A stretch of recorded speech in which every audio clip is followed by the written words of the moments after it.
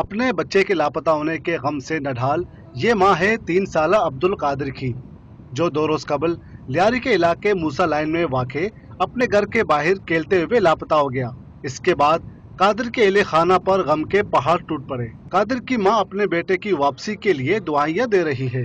2 दिन से लापता है अब्दुल कादिर, बाप का नाम सिकंदर,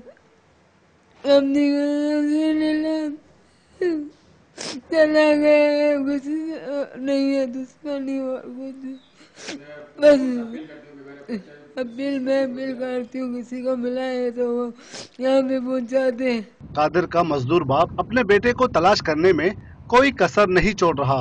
इनका कहना था कि इनकी किसी से कोई जाती दुश्मनी नहीं है, इसके बावजूद इन्हें इनके लख्ते जिगर से जुदा किया गया है।